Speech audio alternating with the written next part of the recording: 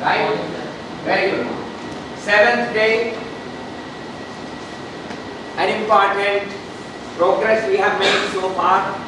I hope you have been working on your project step by step on whatever we discussed. So we move further and we talk about what is wrong. We talk about what is wrong. No, frozen. I'm sure my friend Suji does something. Now it's there. Okay. So, is there anything, Suji? Are we ready to start? Yes. Okay. Sorry? So we are now going to develop a brand architecture.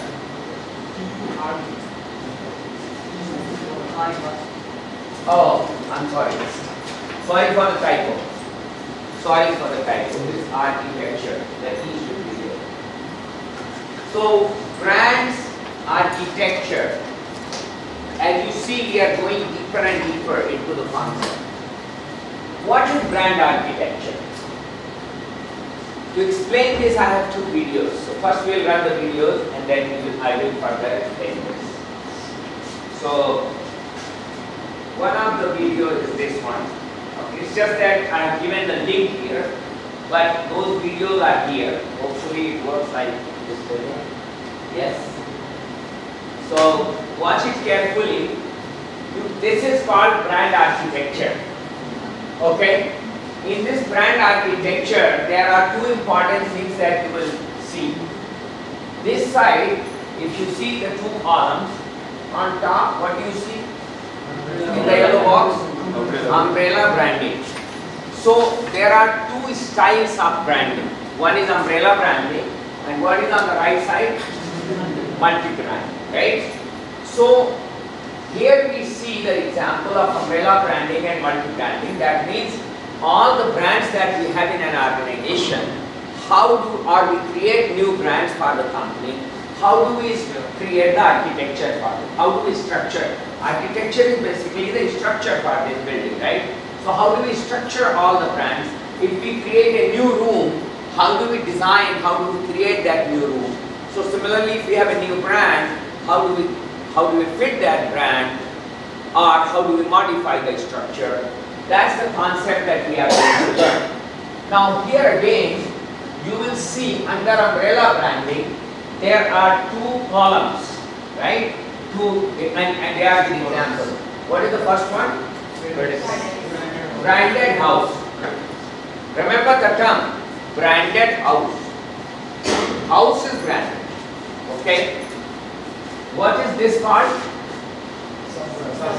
Sub-brands. Third, endorsed brands. And fourth, house of brands. Branded house versus house of brands. Is that clear? So there are four types of, when we create a structure, there are four possible structures under two broad categories of umbrella branding and multiple brands. Is that clear? Umbrella branding has two potential structures, the branded house and sub-brand. The multi-branding has two choices of structure. We can select the endorsed brand and we can select the house of. Like in regular houses, you can have multiple structure in one, right? You can have one side, you may have a very big house, and in that house you may decide to create one type of architecture on one side, another type of architecture on the other side. Rare, but it does happen. There are, in old time, there were kings who were fond of creating unique fort for themselves, unique palace for themselves. So I saw a palace in China, the last emperor palace. That emperor, one side was the Confucius structure. Confucius was a philosopher and he had certain type of structure in his mind. So Confucius architecture. On another side, the two extreme sides, he had what is called the Japanese architecture, because they had a lot of Japanese influence. They actually Japanese came and they captured the northeastern part of India, of China, not India, northeastern part of China. And so when they captured, the last emperor was very weak, very weak. He was womanizer. His interest was only in women, nothing else. And he was always afraid of fighting the war. Understand? So for Japanese it was very easy to capture. The Chinese emperors usually never believed in the God, but they believed in Guru. They had very high respect for Guru. So Confucius was considered the Guru. He was philosopher, but he was considered as educated. So instead of doing prayer of gods, they used to pray Confucius, the previous emperor. But this last emperor, his name is Pui Di. Pui Di. That was the last emperor. That fellow was so weak because as a child he was the only son of his parents. He had sisters, but only son. And traditionally the kingdom will be given to the son, eldest son and the next son and so on and so forth, but in this case only one. So during childhood he was always sick and they had less expectations for his survival. So that's the reason he never became brave king fighting wars and things like that. That's the background. And when you remain inside, the men go out for the war, etc. You are just surrounded by the women, right? The maids, what we call Indian setup में क्या कहते हैं दासियाँ कहते थे ना दासियाँ हैं राजा की, and the queens and things like that. So he was only surrounded by women. That is why he became more affectionate to women, and he found comfort in being with women rather than being with the men. That was the background of Pui Di, the king Pui Di. So Japanese captured him, but at the same time, to avoid any public revolt, what Japanese did was, on the face they kept saying that we are working for the emperor, on the face. But actually, Pui Di was not allowed to take any decisions. And in his palace, another part was created, extended for Japanese army head and the assistants, his team, which was taking the decisions, which was actually ruling. So that structure, when it got created, that was Japanese structure. Understand? So Japanese structure, the Confucius structure, and in the middle, because that was part of, in good old days, that state was called Manchurian. You eat gobi Manchurian, paneer Manchurian, there is no dish called Manchurian. It's insult to the kingdom if you call the dish Manchurian in China. Okay? So there is no Manchurian dish in China. Manchurian was name of a state that was a very important state which bordered North Korea. And later on, to capture China, you have to enter through that state. That was a state which was invaded all the time. So Manchurian state, so Manchurian had a different architecture. So in the middle, this Pui Di, he created a separate palace for himself, or you can say the same palace he extended, but the rooms etc. using Manchurian structure. So Confucius structure, Manchurian structure and Japanese structure, and they are all seamless, they are integrated. So you don't have different doors, or it's not like three houses in one compound. It's one big house. So what I'm telling you that like the architecture and the housing system was done, the same way companies can use multiple structures. You see the four architecture here? It's not necessary to follow only one architecture. Depending on different SBUs, some companies have big SBUs, like General Electric for example. So depending on the SBU and the nature of SBU, for the same company you may use multiple types of architecture. Is this concept clear to you? So this concept is drawn from the building architecture that we talked. Today if you guys need fan, you can use it. It's not illegal. But there is something that you can watch. So let's listen to this carefully, and then I will explain more doubts if you have. Let's start with brand architecture. This is really brand architecture is the structure of brands. And the good thing is brands. Let me see whether the volume is here. That's 100%. So it's not the volume here.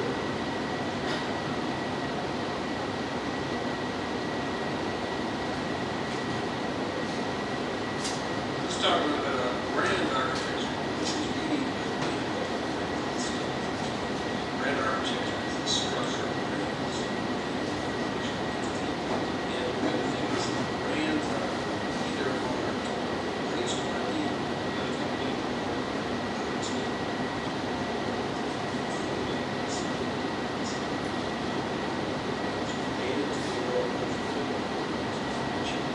and we think of this probably versus all brands. And if you think about this, you think about brand house, this is Keep watching. visually similar, express different parts of different over a house of brand. Many people might be but not necessarily. It's not intentional. Necessary.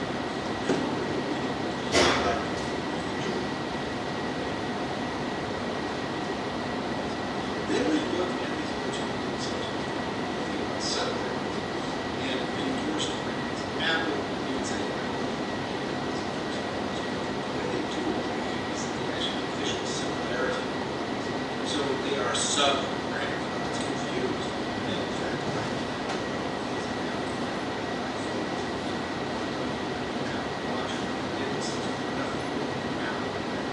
whereas an endorsement is Kellogg's, special deals, meaty eggs, chocolate, crunchy, apples, crackers, and cinnamon, known to be Kellogg's brand. Kellogg's would like to know part of the family. So that's what you think about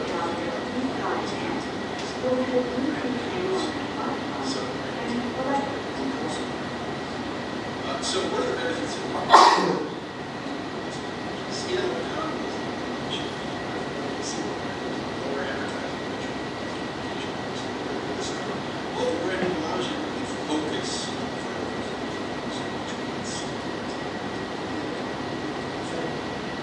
it allows positive transfer. Right. Well, right. Transfer.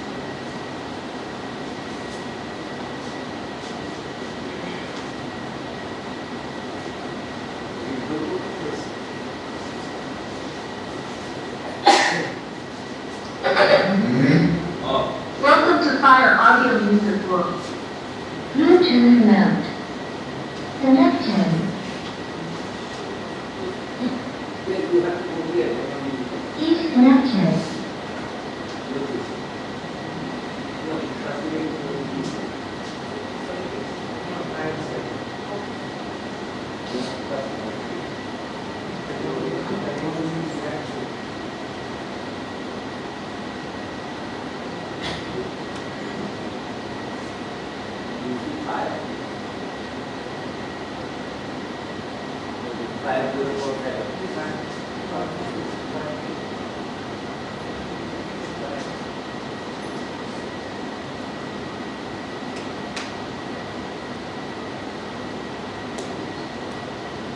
Yeah. This 5 2, right? Connecting. Connected, okay. That's right. That's good. Let's go. Let's go.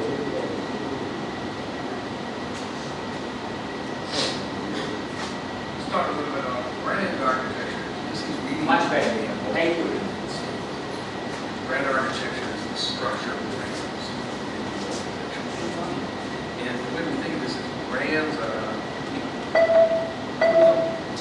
by the company or Full. around the stand.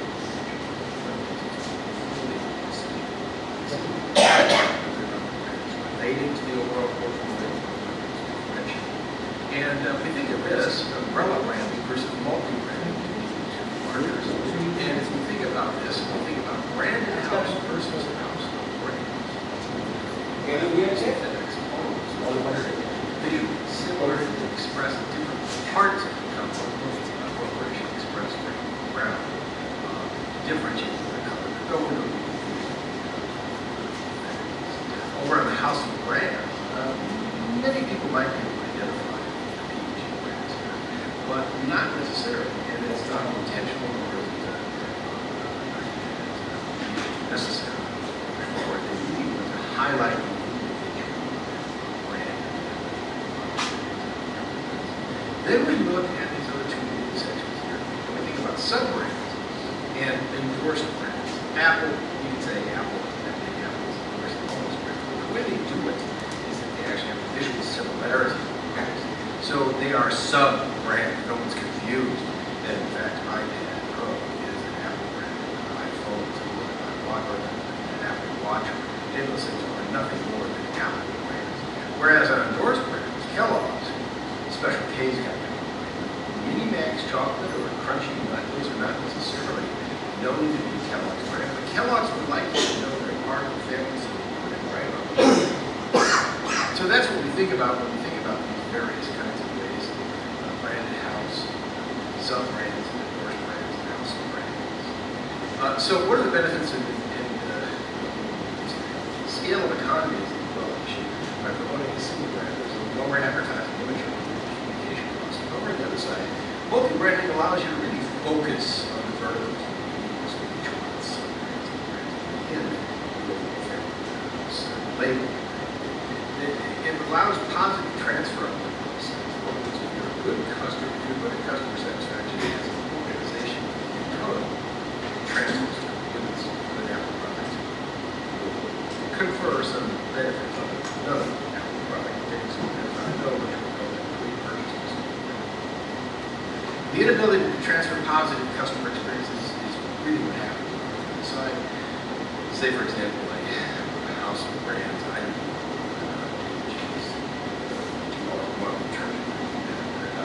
and I don't really have that opportunity to inspect them. Company culture, this is important, enhances the ability to deliver consistent messaging. And on the other hand, the negative associations, often what's bad for one brand will rub off to its sister brand. Think it, look at the label of the kid which is associated with it, so there's some things that take place. In fact, you're all working with the same agency when it comes to it. Whereas if you are not, it's multi-branded, there's many different brands that are contact or foods name, then this can actually maybe create friendliness with them, like more likely to happen as the customer relationships. That's the story of brand architecture. So you saw this, it was audible. I was sitting there, so it was audible. Of course, not the ideal way, but it's still much better. So you understood what they were talking about, but let me explain once again. So when we talk about branded house, what is the meaning of branded house? Means all the brands, all the products from that house or services have the same brand The whole house is having the same bill. If you see here, these are 4 different services that FedEx provides. 4 different services. But each of them is called FedEx. You still need to have, if you have 4 different services, they need to be identified differently, right? Products are easy to identify. For services, how do you identify them? So each of them are at the bottom, you see there, the type of service is written here. So let's look at the last one, it is ground. That means the courier will be sent by the ground and it's in the green color. The EX part is put in the green color. What does the green color communicate here? No, green doesn't communicate land. No. Yes. So what does it mean? Out of all the options they have, this is the least damaging to the environment. The carbon footprint are least when it is transported by ground as compared to the air. Understand? So this is ground shipping. Will take more time, but the carbon footprint will be less. And for a lot of people, the environment is a big concern, right? Especially in America. And that is why you see the green color, it communicates that this is all R means registered trademark, and the identification is by putting the type of product, type of service. So this is ground shipping. The next to this, if you see here, the red one, you have, what is it? Can anybody read it? Fried. What is fried? Not flight. This is not flight. This is fried. Freight. Freight or fried. Freight is shipping by ship, water. Okay. So that is put in the red. It's going to take longer time, but identified differently than this. It is also not as environmental friendly as the ground shipping. The third one is orange here. Express. You have heard overnight delivery? So this is that express. How does the overnight delivery happen within US? How will that happen? What is the way to deliver something overnight, even in India? By air, by flight. Correct? So you see here that this leaves a lot of footprint. But express, the fast, the speed. Sometimes speed is important, right? Your visa, for example, or visa documents, they have to reach you fast because on September 1 the classes are going to start. So it has to be very fast reach you. You will apply for visa, student visa, immigration there with you. So that's why people may use, in spite of being very conscious, they may use the FedEx. That is the orange one. And these color help you identify what you are looking for, the service. Now these three that you see here, they are both for B2C as well as for B2B. But there is a special one here with the grey color. That is for corporate. What it means? That is only for B2B. Now B2B means special pricing, special packaging, special volume. So depending on the size of the business and the volume of the shipments, how much you send every day or every month or whatever it is, there is a price negotiated. These are all fixed prices. Here the price is negotiated. NYU may get a prize which Columbia may not get. Understand? Columbia may get prizes which Brown may not get. Brown is another good university. So, this is called branded house, but within branded house, clearly distinguishable, clearly identifiable services. Right? And this is a very good example because within service it talks about B2B and B2C, industrial as well as the consumer services. Now, this is easy for all of you to understand. Second, we call sub-brands. So, in sub-brands what we are doing, all Apple products have this as their main brand. This logo, all Apple products, the apple with the bite will be there. Whether you are talking about the watch, or you are talking about the phone, or you are talking about the computer, all devices, iPad, they will definitely have this. And then they use a sub-brand to distinguish the category or the product. So you have Apple, iPhone, iPad, Apple iPhone, Apple Watch, Apple Music, Apple Pay. Apple Pay is like Google Pay, like Paytm. So it's a wallet, right? So all these, you can see here, Apple Pay is a service, Apple Music is a service, but this is a physical product, and a physical product. So this is sub-brand that has been used along with that Apple. You see? Same brand. That's called sub-branding. So this is still branded house because everything is coming under our umbrella branding because everything has that Apple. One brand element is common and then they use another brand element. They didn't call it tablet, they call it iPad. They didn't call it a smartphone, they call it iPhone. Correct? They didn't call it watch or smartwatch. They call it Apple smartwatch, Apple Watch. Correct? So this is called sub-branding. And both are under umbrella branding because the main thing. So like Tata for example.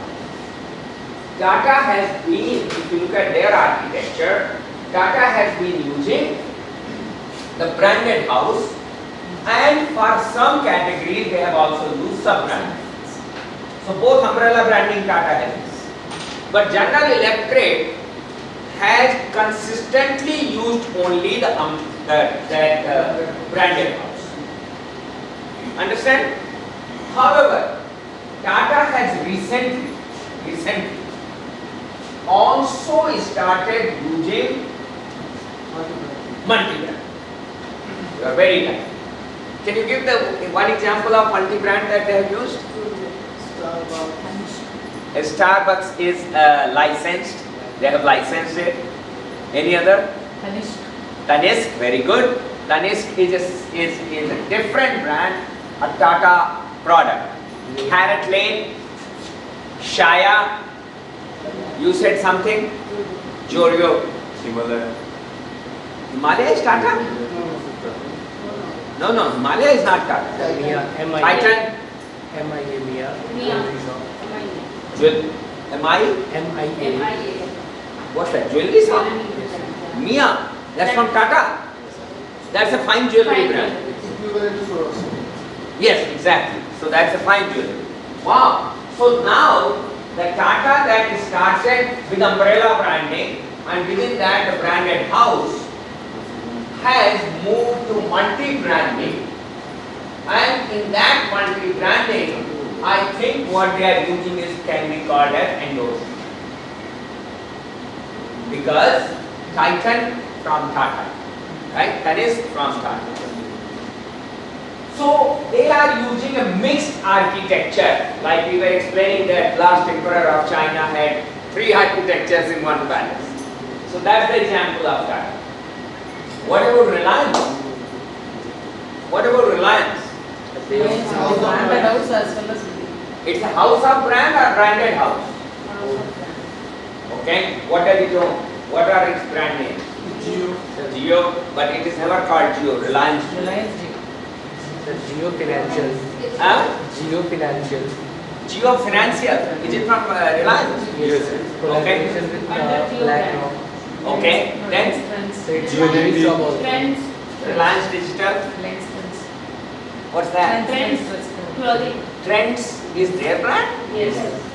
Okay. The What Reliance else? Footwear also. Reliance Trends Footwear. Where as well. So that means they have gone into the house of brands. Correct? And maybe certain product categories may be branded as the branded house. Certain categories. But this is different. Birla always had, the Birla group of companies, they always had house of brands. Correct? Even if you talk about cement, they have Ultratech cement, which is based in Durgapur. I think they have a factory in Durgapur for Ultratech cement. They have Satna cement, which is in Madhya Pradesh. They have Diamond cement, which is also in Madhya Pradesh, but a different city called Damoh. So they have many cement, just cement product itself, based on where the plant is, they have given a different name. They have a B2B product, which is aluminum, and that is produced at Hindalco. The brand is called Hindalco. Correct? So from beginning, Birla always had what we call house of brands. So but in Now it has changed. Now it has changed. Like earlier, Jio cement was here. Now it's Birla cement. Oh, they now have accumulated and call it Birla cement. Birla cement. Okay, but Satna MP, same Birla cement. excellent. But what about other product categories? Sir, in clothing also it used like Aditya Birla Group, when Aditya Birla Group with the clothing industry it uses different kinds of names. So Birla Group that was using the architecture like house of brands is moving from there to branded house. Is that correct what you are saying? Yes, sir. Whereas Reliance, which was branded house, is moving towards house of brands. Yes. Correct? Tata, which was originally a branded house, is moving towards the endorsed brands. Correct? Yes. So, what I am trying to say that architecture does not always remain same. And it also explains you the benefits like this and economies of scale in brand building. Correct? So, they explain you that if you have umbrella branding, it's economies of scale, you have advantages and disadvantages here. This may cause confusion, this may not cause any confusion, and those kind of advantages and disadvantages. Now, if we look at this side, the endorsed brands, so original is Kellogg for cereal. Kellogg's is associated with the breakfast cereals.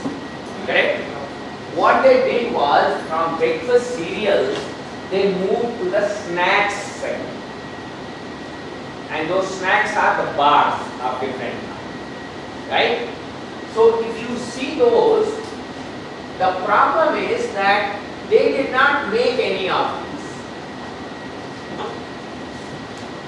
They get somebody else to manufacture for them, and to avoid any damage to the original brand of Kellogg,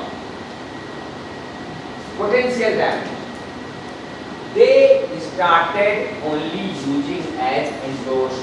So like they created a special A, that is also cereal. But this is not the regular corn cereal. You know, cornflakes, that was the original regular cereal. The special one is where you have different product, for example, brawn and raisin. You know brawn and resin? Have you heard?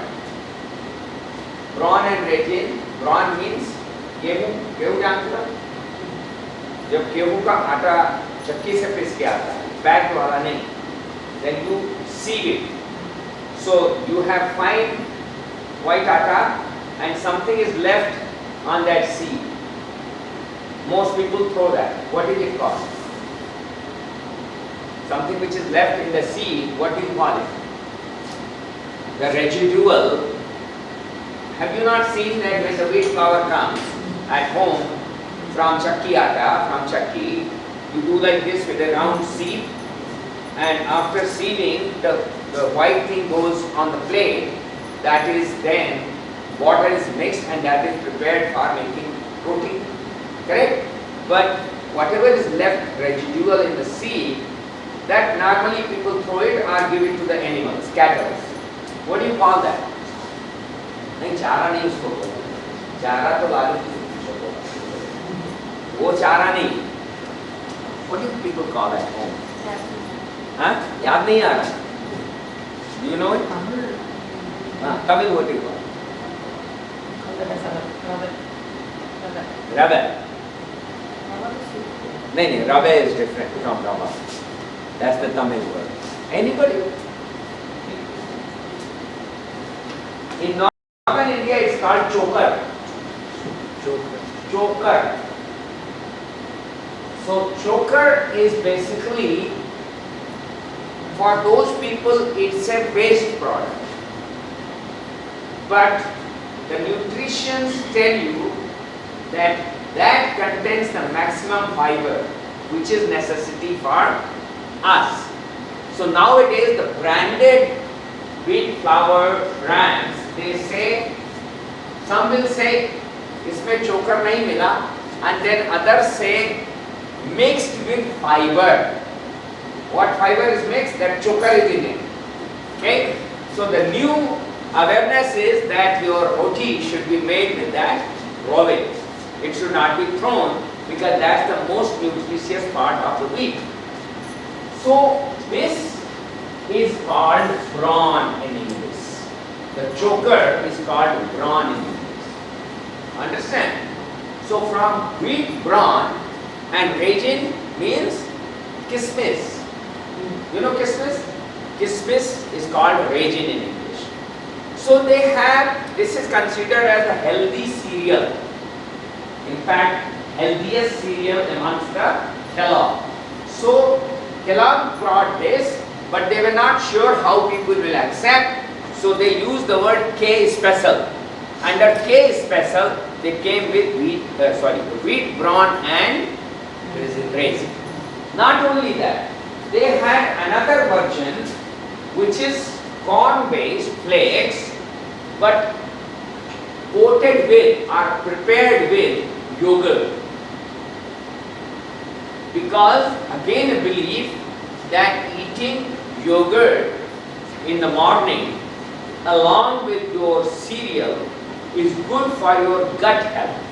Because what does the yogurt do? Yogurt maintains your gut health, digestion, right? So it's good for your intestine. So that is also under K special. It's a special product, more expensive. Then they started making mini mix. If you see here this mini mix, this one because they made in their own factory, mini max, they still call it Kellogg's. Endorsement, this is not focusing, focus is more on this. Mini Moms. Okay?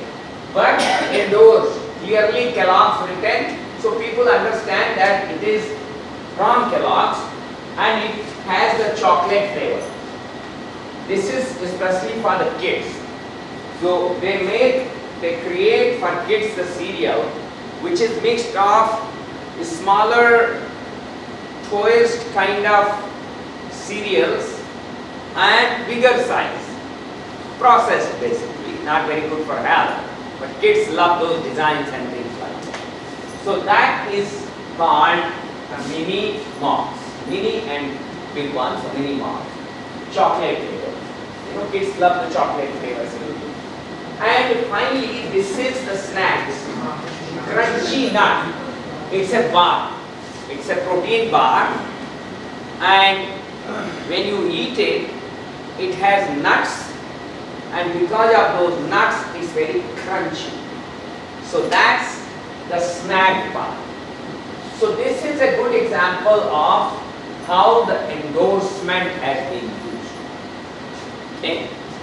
So if you look at those Tata brands, they have given different names to different brands. Even jewelry, I thought they had only 3. Now I came to know there are 4. The Mia. I knew about Mia brand, but I didn't know that it's from Tata. You can have never bought that, so I have no idea. But other 3, if you look at all of them, in the branding, they are clearly endorsed like this. Somewhere it says clear Tata, somewhere only they have that Tata symbol. But you will find that Tata is everywhere. Right? So that's what we call endorsed brands. Then we have house of brands. House of brands means every product category you have a completely different branding. This is Procter & Gamble.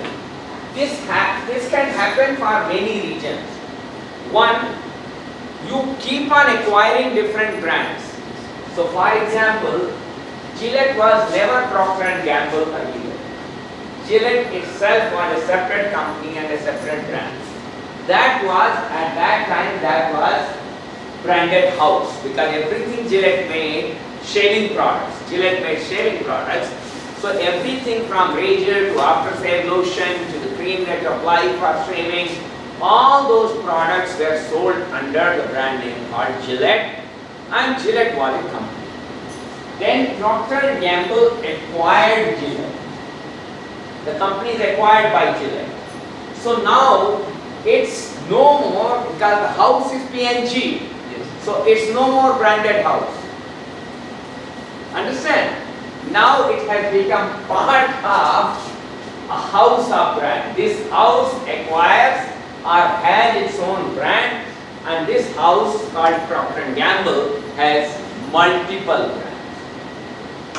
Is this clear? This is not the only product. This is not the only thing that I am talking about Gillette. This is incomplete list.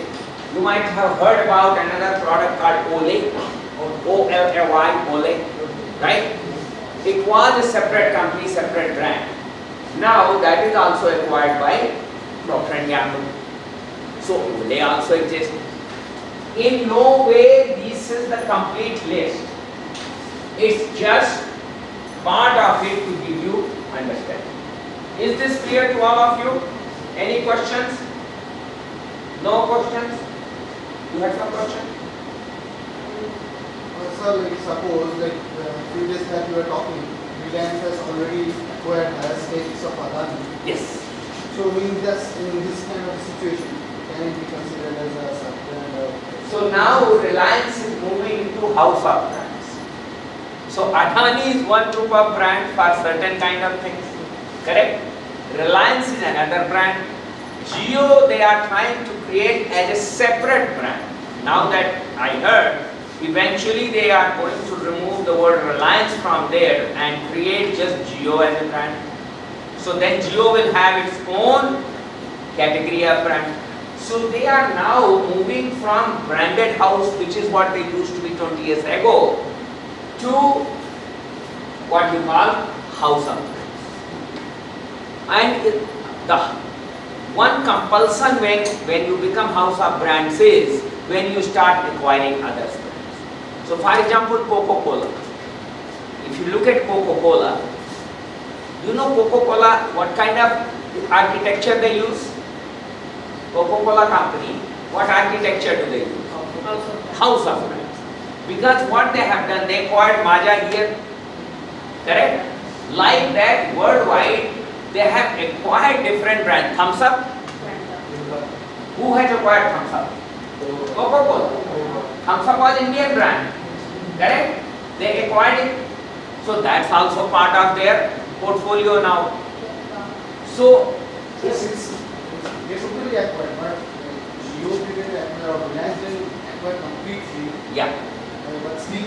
considered as sub-brand? Of course, but Adani now is part of Reliance Group. It's not the Ambani who has acquired, it's the Reliance Group of company that has acquired.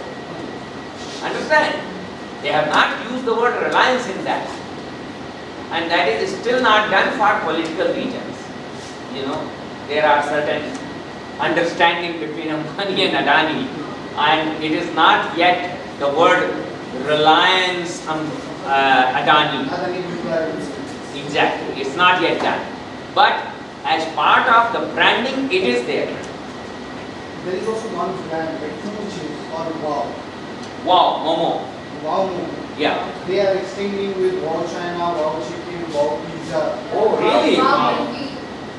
So when under this or that branded house, See, if they do not add those words, Momo, China, Kulfi, if they don't use that word, then this will become, okay? Or whatever product they are saying there, that, so because Wow China and Wow Momo will be very difficult to differentiate. But let us say if they do that and do not highlight that, that becomes the short. The highlighting is only Wow, suppose. In that case, we will consider it as the branded one. But the way you are telling, I haven't seen, I only know about Wow Momo. All other things are news to me. So, same way it's branded. Like how they write the name Wow Momo. yeah. It's Wow China. So if you see Wow Momo, both Wow and Momo are prominent. Correct na? Yes. They have not made one less prominent like this. That means they are doing this. Like here, Apple, iPhone, both are prominent. iPad, it's a prominent. So if both are prominent, then we are calling sub-brand. Clear? So we are just having a sub-brand. Good. Okay. Let's go to next. And let's hear about what is brand architecture. My name is Wes Brooks. I'm the Global Executive Director of Strategy for Interbred Health. I want to talk a little bit about brand architecture. Brand architecture, the way that you serve up what you have to offer, the way that you tell the marketplace what you have to offer can be a real competitive advantage in an increasingly complex and complicated business world. So there are three questions we ask ourselves and our clients when we think about brand architecture. Number one, are we being really selective about what's market facing? So depending on whether you just went through an acquisition or a merger, you've acquired a set of products or services, you've created or expanded in your own line, the question is, how do you make sense of these to your customer? At Interbrand, we think of brands as relationships, so we want to deepen existing relationships as opposed to continually adding on more and more. The second question we have to ask is, are you aligning what you have to offer with the way that people actually search or even buy you? So many times, companies present what they have to offer based on how they operate or how they're organized internally. Is your customer buying the latest technology? Or are they looking for a more holistic solution? Are they buying a specific pain medication, or are they actually just wanting to fix their back pain? The way that people seek you out should have a real influence on how you package, bundle, and serve out what you have to offer. The third question we ask you today is, are you actually aligning your brand architecture to how you're positioned in the marketplace? So many times our clients see architecture as a way just to make sense of things or how to clean them up and make them look nice, when actually they can be a real expression of your company's positioning and your business model. Understanding your positioning and understanding how architecture can express that positioning should have a real influence on how you describe, package, and bundle up what you have to offer the market. So we want to remind you the three questions. Are you being really selective about what you're choosing to put out there as a brand? Number two, are you making what you have to offer look like the way people actually buy you, not just what you have to sell? And number three, are you using the way you serve up what you have to offer in a way that makes it very clear who you are as a company? So this is a good guidance for you about what the brand architecture is. 3 steps for developing a brand architecture strategy. There are 3 steps. Step 1, define the brand potential. Whatever brand you have, what is the future potential of the brand, and how do we find that potential? Based on association. What is it associated with? That will tell you what potential it has, in which segment it has, where it can be extended, where it cannot be extended. Right? So, that is how we will know. Initially, FedEx was only FedEx. None of those architecture that you have seen was not there. It was just FedEx. But then, the way they grew and the options got created, they saw the potential in the brand, and that's why they created that structure. The second step, identifying brand extension opportunities. And that's based on potential. What are the areas in which I can extend the brand? A lot of companies have done. If you look at Lux, a brand from HUL. What was originally the Lux associated with? Soap. What kind of soap? Toilet soaps. Toilet? Toilet? No. Toilet soap was Lifebuoy from same company. What was Lux associated? Beauty soap. Beauty soap. Such a smart girl. Beauty soap. And this is why, if you remember, for the brand building, they use the celebrities endorsement over a period of time, and traditionally they used to use the most latest and most popular film actress. From Hema Malini to Juhi Chawla to Anushka Sharma, who is current endorser? Deepika is now old and outdated. I think there is somebody else. Huh? Right now they are not directly promoting any kind of advertising. They are not using any anymore. So that was their concept worldwide. Then there a time came when they realized that the Lux is not only used by women, Indian population, one soap for the whole home. Things are changing now, but for long it was one soap for the entire home, entire family. So they brought Shah Rukh Khan, if you remember. Shah Rukh Khan taking bath with the Lux soap. That was a clear positioning, and they knew that this luxury is only for the Asian market and African market. Basically the low, less developed or underdeveloped countries, Lux can serve as a beauty soap, right? So, and that's where the Nirma came with similar flowery packaging, and instead of talking about beauty soap, the Lux was saying filmi sitaron ka saundarya sa. You remember? Saundarya means beauty. Filmi sitaron. That was their positioning. Filmi sitaron means film actors and actresses. Nirma was saying nahane ka saundarya sa. They didn't talk about filmi sitaron because that they cannot talk. That will be copyright issue. So that was head-on competition. The Nirma soap with that flowery thing and Lux with that flowery thing, that was head-on competition between the two. And the washing powder from Nirma was competing with the Hindustan Unilever's not surf washing powder, but there was a Rin washing powder.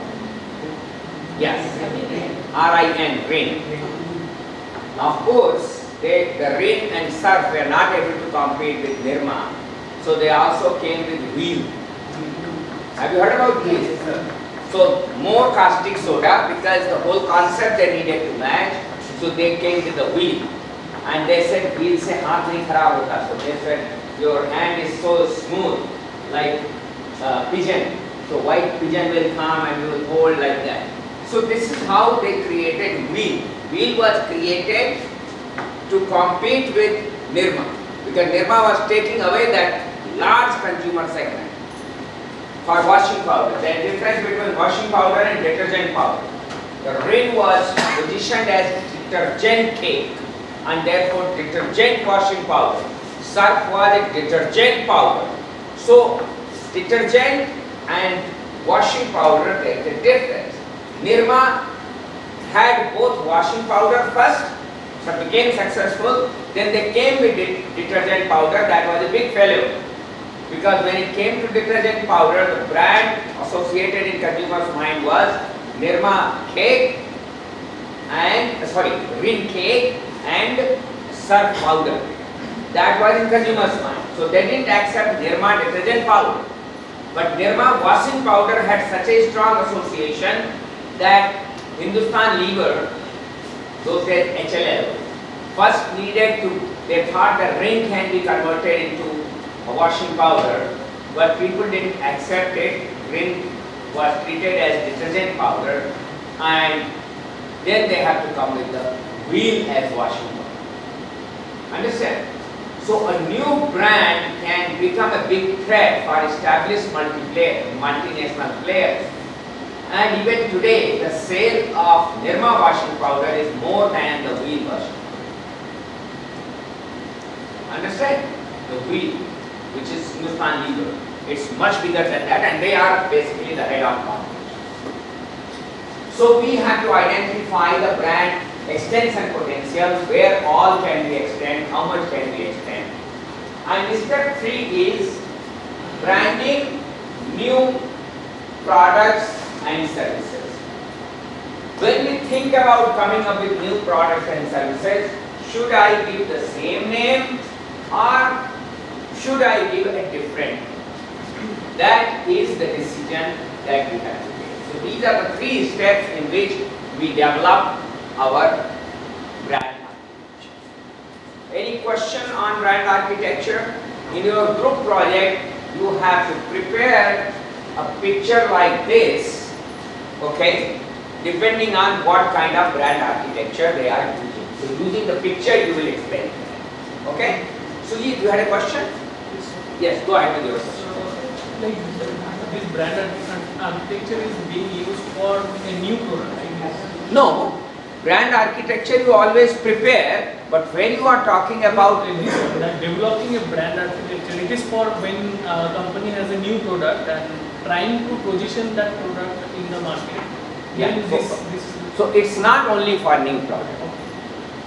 A company may start fresh or a company already exists. So when we use the word developing a brand architecture, every time we want to add something, renovation is called development. Is that doubt clear? So even when we are bringing a new product or service, it's there. Second, why we need to prepare this? So that we can think about the potential extensions. Sir, for example, like yes, we have taken Bharti all are together, sir. He's asking a question related to that group project. Group project, You are okay. asked to develop this brand architecture Yeah. for a company. Yeah. See, we have taken Bharti. Okay. So under which, how we can classify that, what he is asking. Is that your question? No, actually, I'm just trying to understand what is this about. Like, is it a for new product or is it applicable to existing brand? So, as we said, that this building already has its architecture. This building can be extended, Yes. right? Either floor point of view or extension laterally. If we are extending this building, there will be a modified structure. Instead of calling modified architecture, we call it development of architecture. So architecture, brand architecture is in continuous evolution.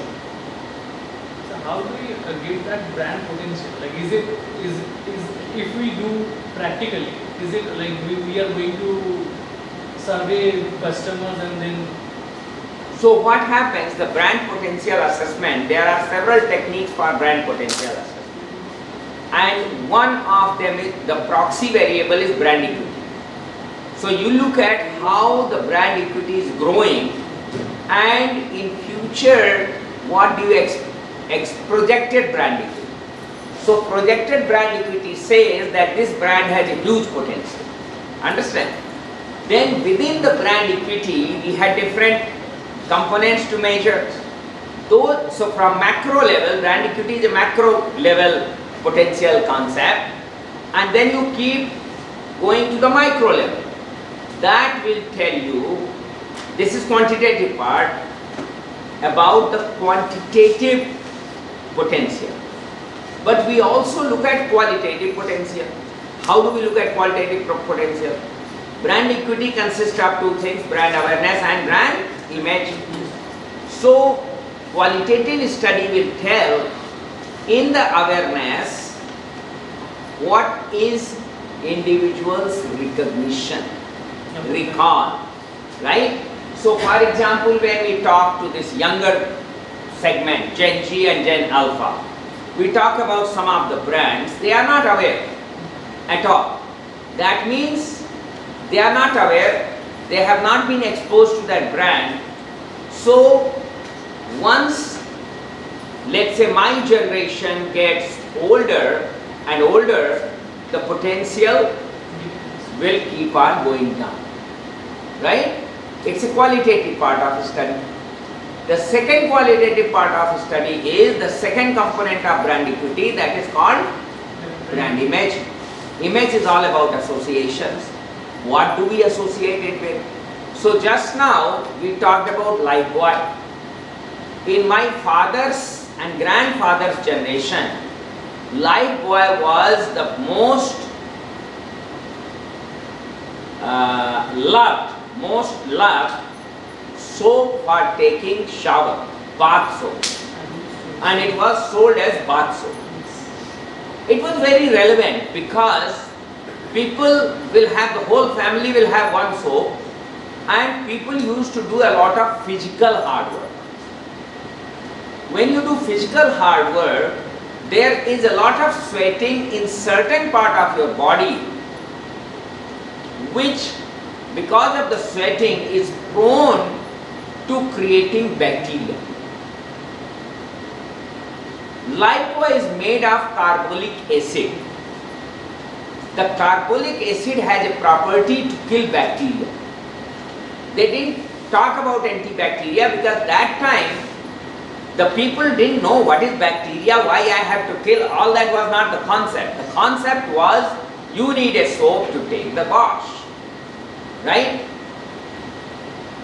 Later on, so now this generation and our generation, finally my generation thought that we need Lifebuoy for washing when there are more chances of bacteria. And what is that? Hand wash. After you go to toilet, there is more chances of bacteria, so you use it only for hand wash. Correct? But the also association is that it makes your skin rough. So soon after hand wash, you have to apply a moisturizer. Whether it's a Nivea moisturizer or mustard oil or coconut oil, doesn't matter. It's moisturizer, it's a moisturizer, it's a moisturizer. So you have to apply some moisturizer. Okay? That's very important. You will find a lot of girls like Ananya, they always carry a very small bottle of Vaseline or some cream, right? Vaseline or cream? Vaseline. And when they wash their hand, after that, they do this. Because to keep their skin smooth. They are doing the correct thing. We don't do that. If we are not doing that, we are doing wrong thing. We are damaging our skin. So, we may criticize that ये लड़कियों के नखरे होते हैं. But actually they are doing the absolutely correct thing that should be done. Right? Now what has happened with Lifebuoy? The awareness about the Lifebuoy has been developed more. The knowledge, brand knowledge, has become stronger and clearer. Now the image is associated with different things. It's no more prestige soap. In good old days, the soap was not affordable by everyone, right? Only Pradhanji. You know Pradhanji? Usually the rich man will be made the head of panchayat. So in old days, now it's all different, right? So Pradhanji, ya Tau was the richest man in Haryana's village. Or Sethji. Sethji means someone who has some business, trade in business or whatever it is, that has money. So those people will use लाल वाला साबुन लेके आना. What is लाल वाला साबुन? Lifebuoy. That was identified like Pila Chakka, Hadi Cha. The Lifebuoy was identified as लाल वाला साबुन. Right? उगता सूरज वाला साबुन से कपड़ा धुलते थे. You know what is उगता सूरज साबुन? Sunlight. Oh my God, you know it. I'm so surprised that you people know. Yes, that's Lifebuoy. Old word. Very old word. So sunlight was for washing your clothes. So this is how the brands were developed. Then the meaning got changed. Lifebuoy lost its relevance. For several decades, Lifebuoy was sold not by units. The company was counting how many tons of soap has been sold. And Lifebuoy was the largest, in terms of tonnage, the largest soap in the world. Largest soap sold in the world in tonnage, not in value, not in number of pieces. Tonnage. It was measured by how many tons of Lifebuoy you have sold. Do you know what is Lifebuoy used for now? For giving wash to your dogs. Okay? Because they are likely to have a lot of infection. So doctors recommend, veterinary doctors recommend, use Lifebuoy every day to give them wash, so you will be free from bacteria, because pets can bring a lot of bacteria. This is what it is used. Of course, if you are a rich person and you have a dog, you want your dog to use the same thing that you are using. The Dove soap. It's my baby. I can't take risk. Lifebuoy is hard. I can't use Lifebuoy on my baby. Have you heard? The dogs are more important than children in many parts of the world. I have seen in America very tender, slim girls holding a dog, big dog in their lap. Baby, baby. Their own child they will never take, they will bring some maid to take care of the child. Their own child, but dog is baby. You know? So, the whole concept of Lifebuoy, it did not remain a strong brand, is no more relevant and salient. You remember the brand resonance pyramid? It has lost the salience itself, and a strong brand gone down. So potential issue that you are asking, only qualitative study will tell the future of that. Did I answer your question? Excellent. Anyone else has any other questions? Can brand architecture be defined by its logo without changing the name, by only changing the logo? So that's a good question, that you are talking about the brand architecture refinement by changing one of the brand elements. Correct? That's what you are saying. Unfortunately, the whole concept of brand architecture is only built around the brand name. Understand?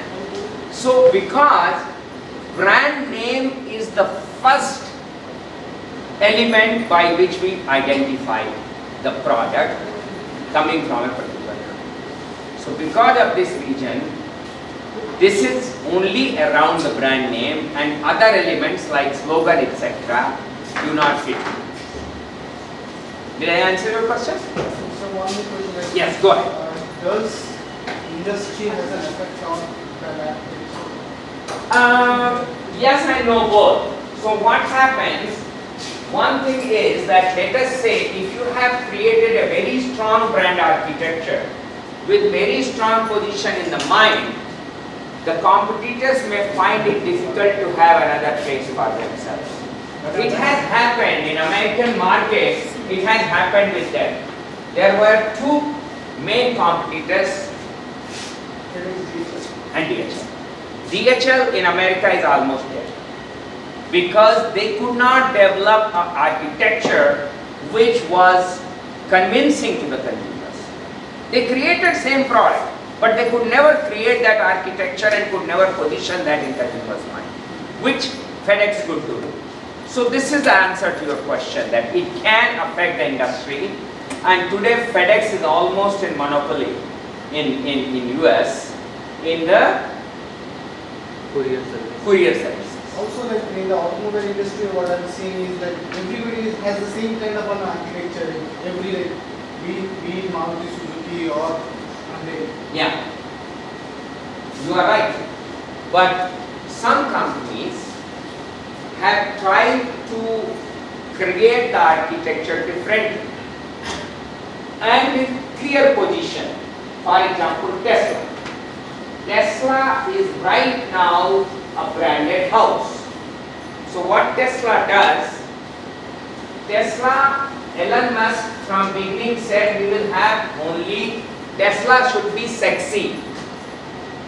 So we will have only 4 models. Model S, Model 3.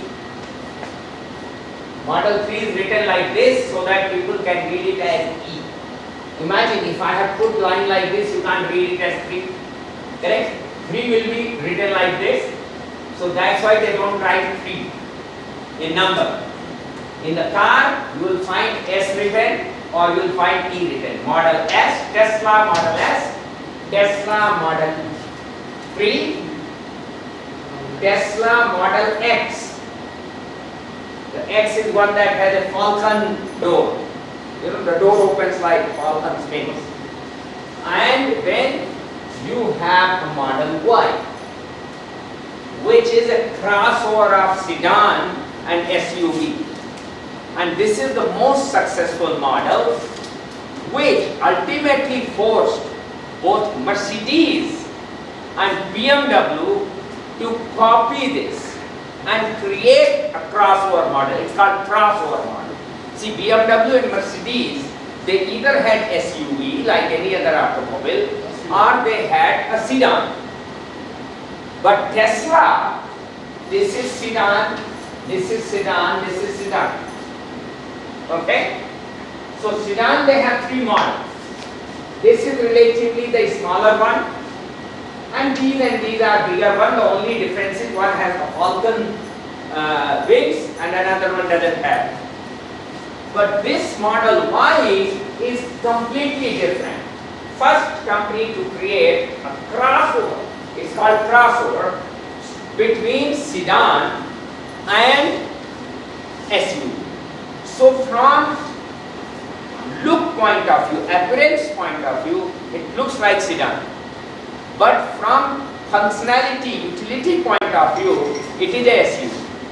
What is SUV? You have a lot of space to keep your goods, higher level, and sitting comfort. Everybody has big leg space, you can all sit comfortably. That's SUV, correct? And strong. Of course, the SUVs are perceived to be stronger than the sedan if the accident happens. So they created this model, and that's what they said. Tesla is sexy. Tesla has only sexy model. This is Elon's thought.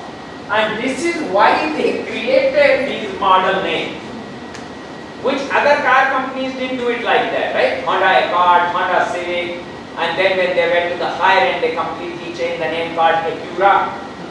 Correct? For the middle class people, I mean the middle segment of the market. Acura, they don't use the word Honda on that. The showroom is not same. You don't get Acura in Honda showroom, and you don't get Civic and Accord in the Civic, Accord, Odyssey. They have Pilot, they have quite a few models. You don't get those models in Acura showroom. So you see most car companies were following the herd. But Elon Musk created a different way of brand architecture. Understand?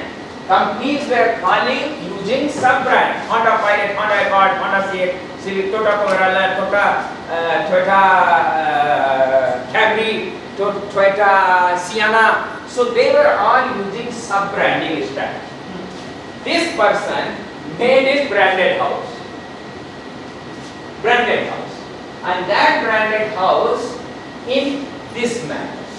Model became dominant. In fact, in many cars, the model number is not written. So you cannot make out what model it is unless the car opens. So all of them, like FedEx, for everybody it's a Tesla car, right? But when you go inside and you start looking at some documentation, then you will find, oh, this is model S or model X or model E. So for example, between S and X, only when the doors open, then only you know that this is X or this is S. So would it be a problem like for distinction, because like not all models are priced same? Big price difference.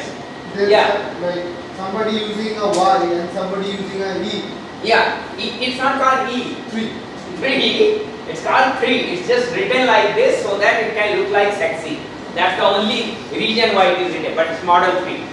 Yeah. So you are saying that people may get confused? Absolutely not. Because Tesla users, he was very clear that the Tesla adoption is not going to happen in the beginning by masses. It was very clear. Only very educated people and who are really concerned about environment will be going for Tesla. That was his concept in the mind. These people can understand what is the difference. Also, if you go to their website, because Tesla shopping is not done in the retail showroom. In a traditional way, it's not done. You buy your Tesla car on your phone. Everything for your Tesla car, from purchase to service to delivery, everything is on phone. And you don't need to go to the showroom to take your car. Car is brought to your home. Even for services, they come to your home. They change the whole market situation and consumption situation. The buying process is completely changed by it. Because of the way they involve the customer in product selection and product development. So you can customize your car. Before buying, you can customize your car. What kind of wheel do you want? A big one, a small one? What kind of wheel cap you want? What kind of seats you want? What color you want inside and what color you want outside? How many strips you want? You know, some people have, they put a lot of strips जो रात में जलती है ना, बक करके roads में देखा होगा, हरियाणा वाले, हरियाणा का यंग जो न्यू जनरेशन है ना, newly found wealth people, they use those kind of things. वो सब कुछ टेस्ला में कर सकते हो, whatever you want, and you don't have to ask anybody this possible, not possible. You go to your phone and it gives you all the options. It also tells you the price. It's your choice. There is no negotiation. In America, car sales was notorious for bargaining. No car company has ever sold at what is called MSRP. Do you know what is MSRP? In India, we call it MRP.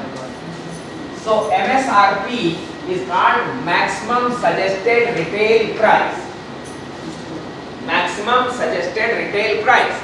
So cars were never sold. No brand of car was sold on MSRP. It was always heavy bargaining.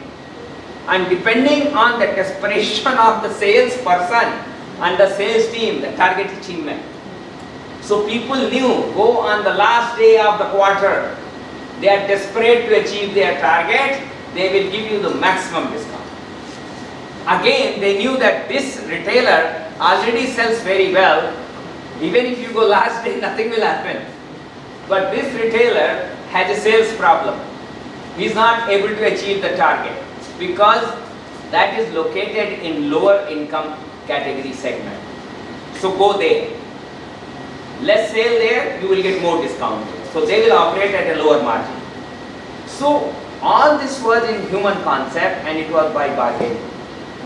Tesla is the only car company that came in America with no opportunity to bargain. Even if you want to bargain, there is no opportunity to bargain. The salespeople don't get any commission. They do have some people in the company, in the showroom. They have showrooms. You can go there for test drive. If you want to test drive before buying, they will welcome you and you can do test drive. So those people who are employed there, they don't do any sale. Their only job is to to arrange the test drive for you. That's it. And if you tell them that I don't know how to do it, please do it, they will say, download the Tesla app, I will download it for you. On your phone they will download, and they will say, now you can, like any app, you can use it. They don't do any pushing. Why? Because they don't get any commission. They are employees of Tesla company.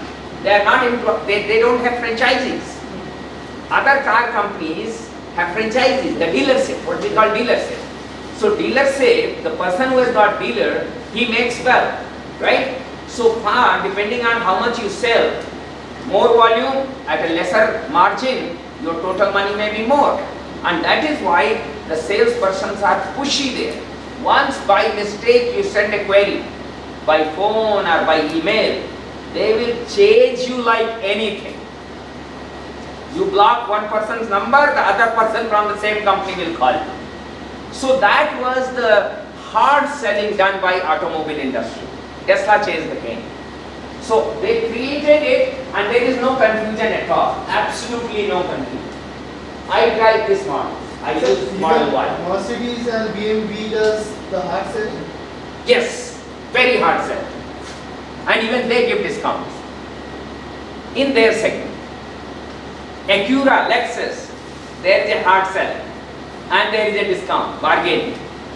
And as I told you that this company Model Y forced BMW and Mercedes to come up with a exactly similarly appearing crossover model. They came up with the crossover model. But if people want that kind of model, they don't want that. They want this. Before my Tesla, I was driving BMW. Very nice car. You enjoy driving, nothing wrong. But after the accident that I had, the brain hemorrhage, my vision was lost. I became blind and then slowly my eyes have come back. Now I can see everything clearly. Don't worry, I see you very well. So, but what happens when I'm driving, sometimes, you know, the left side or the right side I may miss. So I needed a car which can drive itself. That was the reason why I sold my BMW and went for this model. Understand? Now as I said, I don't drive. There is the AI that drives, like Lee Mitterrand, they have their driver. And I pay that driver every month $99. It's not free. Once you buy the car, Elon Musk is very intelligent fellow. You buy the car, after that you want driver, you pay $99 a month. But that's very cheap because if you want to hire a driver, even for 6 hours, he will not come for $99. You have to pay $300 for 6 hours minimum. So for $99, I get a driver and this driver is safe.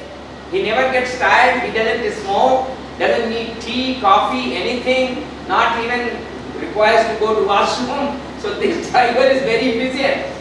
Understand? So that's what. But this is the story of changing the market that had sub-brands to a branded house. They created, they experimented by moving away from branded house to multiple. They experimented recently by bringing what is called Cybertruck. Have you heard about it? Yes, sir. So this Cybertruck does not have the word Tesla. It does not have ABCD, XYZ, anything. Those model names. It's just called Cybertruck. Now the design, if you have seen, it looks like a trash bin, right? Connected. Who's connected? Connected. I don't want you to connect. So these are the problem with devices. They are listening. They are listening to us. We don't want them to listen, but they are listening to us. So that's a good topic to research. Now, so this Cybertruck was branded as Cybertruck. And this is an experiment he was doing for a different category of product, because in America, the workers, people who have like plumbing job, electric job, mason job, those kind of people. People have affiliation towards truck, I have seen it. Yeah, but the truck is not the truck the way we have. The truck is a big car. The front of that is like a car, 4-seater or 5-seater, and the rear is open or sometimes when closed one where you put your equipment. That's called truck. So this was designed like that only. The only thing is the cyber truck, the back is not open like GM truck or Ford truck or something like that. And these are not the truck that you see on your roads, okay? These are cars. So this one is a closed. So design is done to make it useful for those people. But for them it's too expensive. As compared to GM truck and the Ford truck, for them it's very expensive. And regular people like you and me, there is nothing attractive about it. It's really expensive.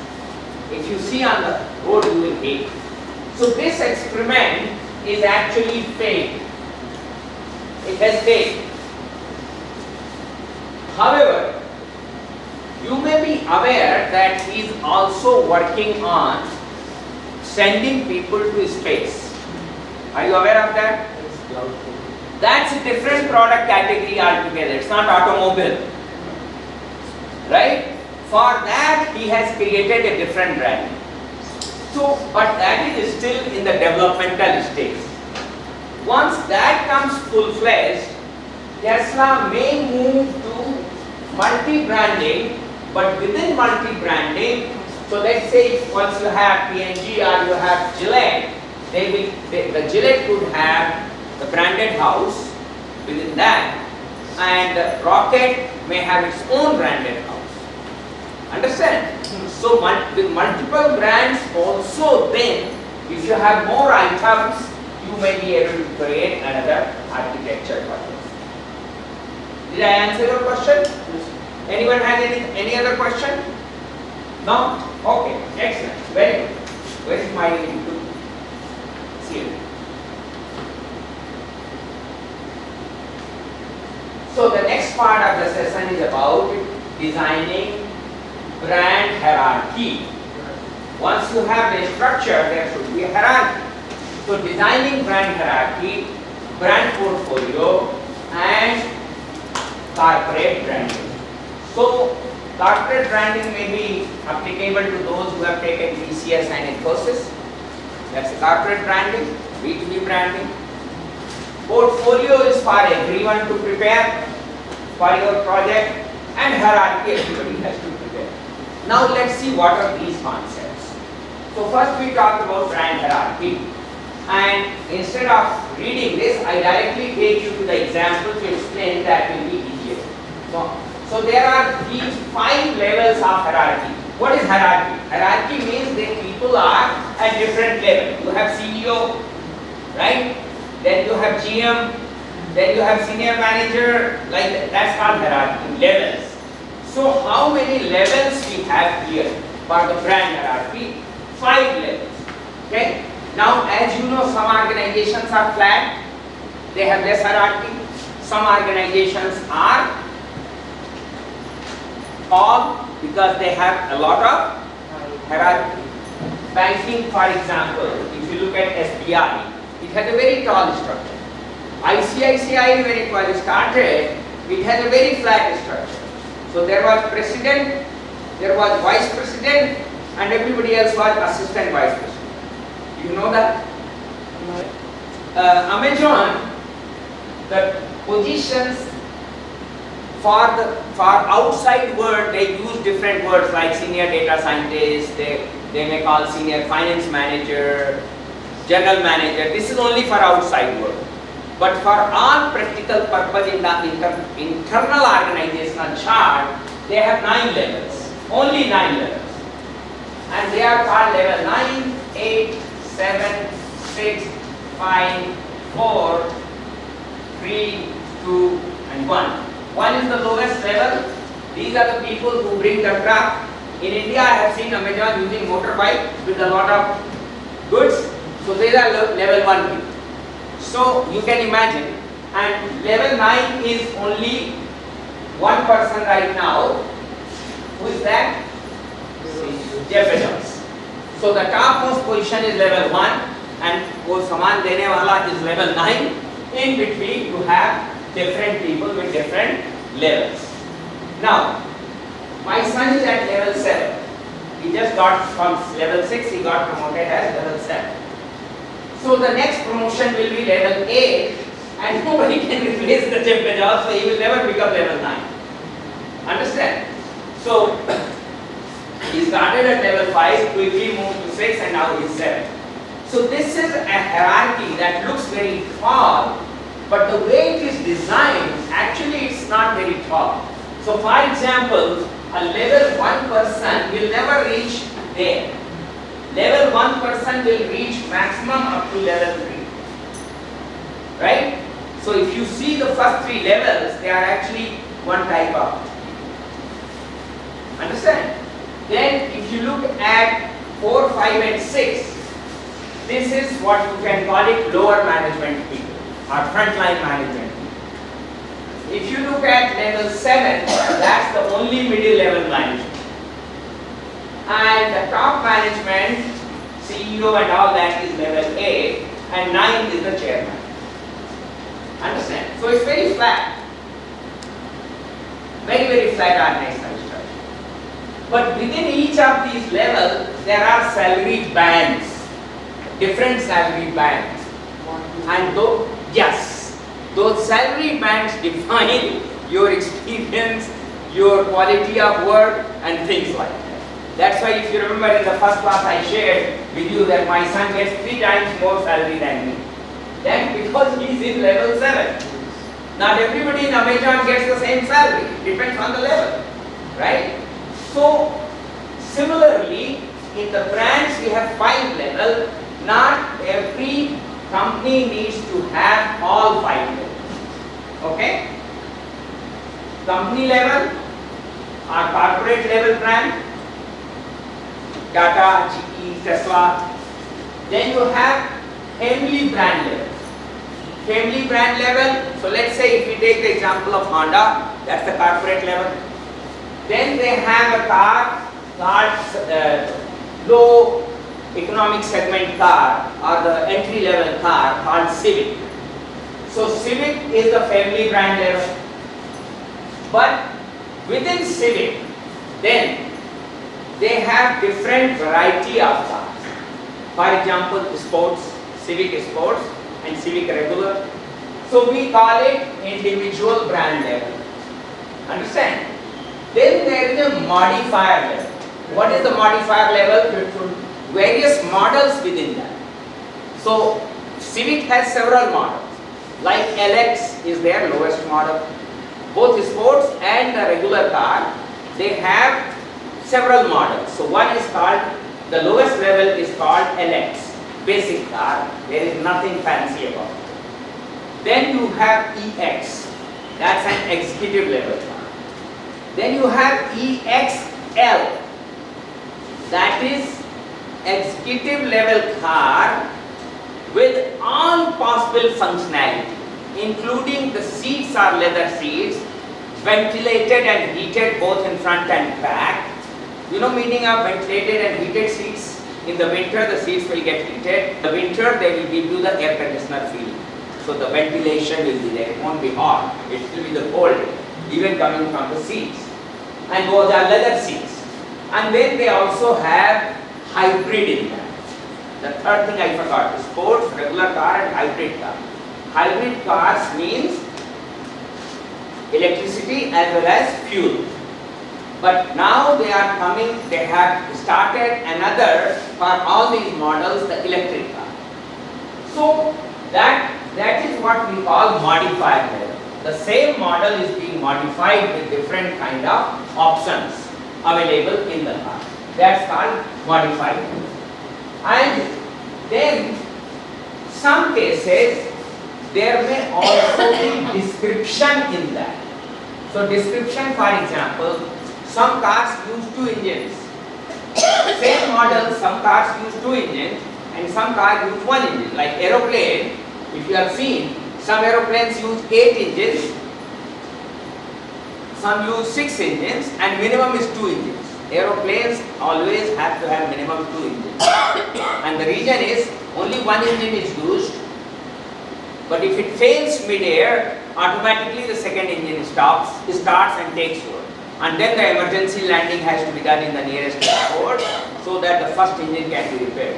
In the air, you cannot remain as per the rule with one engine. And if you are flying international, you will have minimum 4 engines, international flight. Certain minimum distance. So in America, domestic flights are also like international if you go from east to west, for example.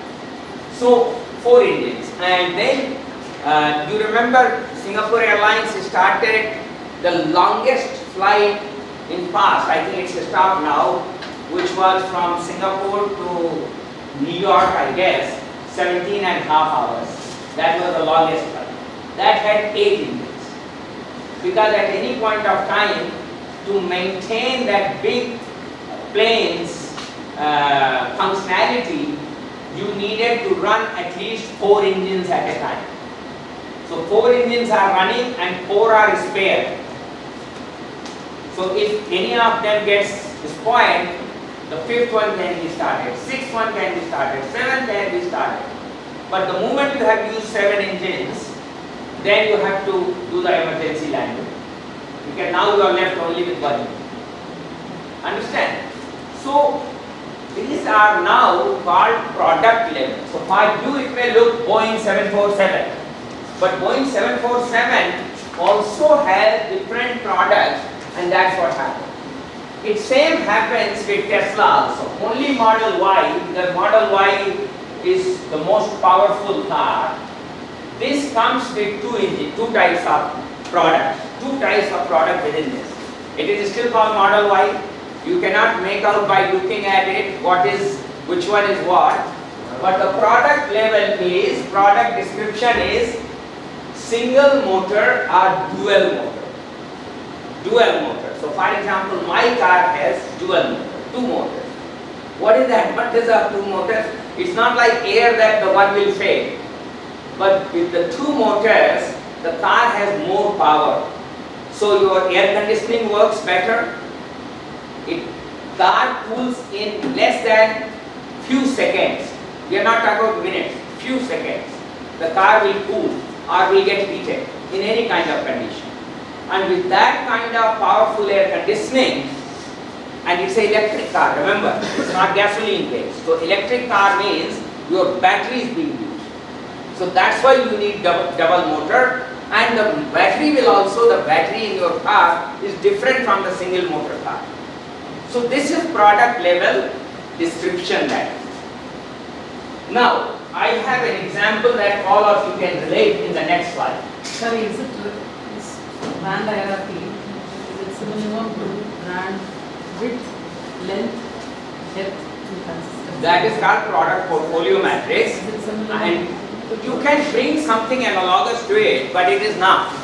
Because the whole concept of product portfolio matrix is about giving you the guidance for how many product lines, what should be the length of it, and for each product how deep you want to go. So depth means the varieties, sizes and things like that. So it's different from that conceptually. Now look at this, this will make it clearer to you. This is the Apple's brand hierarchy. Okay? I prepared a few years ago, so that's why you will find that you don't have the latest models here. But you will still have, you can get the idea.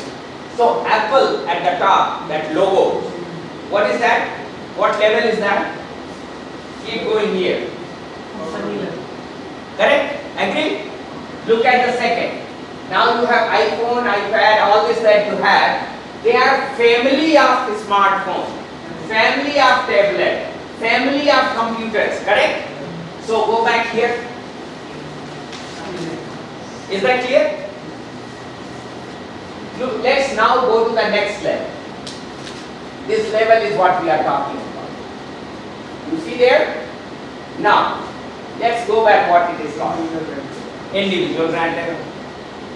Now, within each of them further, if you go down, you will find these days, for example, 60 16 Pro Max. Have you heard that? So that 16 Pro Max is what? Modifier level. That each is different in certain manner. Then 16 Pro Max 256 GB or 128 GB. What is that? Description. What does it tell you? That this is iPhone 16 Pro Max with memory of 128 GB or 256 GB. Is that clear? So this is the example how iPhone hierarchy is developed, brand hierarchy. Understand? The Tesla example that I gave you, Tesla Model Y, is not using all hierarchy. Correct? That is using Tesla, no family brand name. They are directly talking about the individual brand that is Model X, S, X, Y, whatever you are saying. The modifier does not exist. What I am saying, people will not have all levels. They directly jump into the product description level. Dual motor. Dual motor is a product descriptor. It describes the most important aspect of the product. For phone these days, memory, RAM, ROM, that's very important. That's why they talk about 256 GB or 128 or 512 and something like that, right? So I just gave you a couple of examples, Tesla, to tell you that all levels are not necessary, you can jump. And then I gave you the iPhone example because iPhone uses all the levels. Make sense or not? Any questions? So you need to prepare this for your brand. Your brand may not have all these levels, especially if you talk about Infosys and TCS. It may not have all these levels. But there is a Infosys Finacle. I told you about that, right? So there is certain level there. And this is the research that you have to do to figure out what they have got. So whatever they have, you will prepare your things like this. Bharti also does not have all those 5 levels. Correct? So it's not necessary, but you need to prepare a hierarchy like this. Is this clear? Very good. You all are doing well. So this is a guideline for designing a brand hierarchy. This self-explanatory guideline, I am not going to read it, but because you will be developing the hierarchy for your project work, please follow these guidelines. Okay? First one that you see here, they talk about challenges in setting up a brand hierarchy. So these challenges you have to keep in mind. But you will have 2 more slides here. You see this slide and the following slide that gives you step by step and all details how to develop the brand hierarchy. 5 steps, 2 there and 3 there. 5-step process that will help you develop the brand hierarchy. Is this clear to all of you? The next concept is brand portfolio. The brand portfolio is very similar to what I told you earlier as part of, if you remember in one of the class, I told you about brand inventory. Do you remember I said you have to prepare brand inventory? Why do you have to prepare brand inventory for what?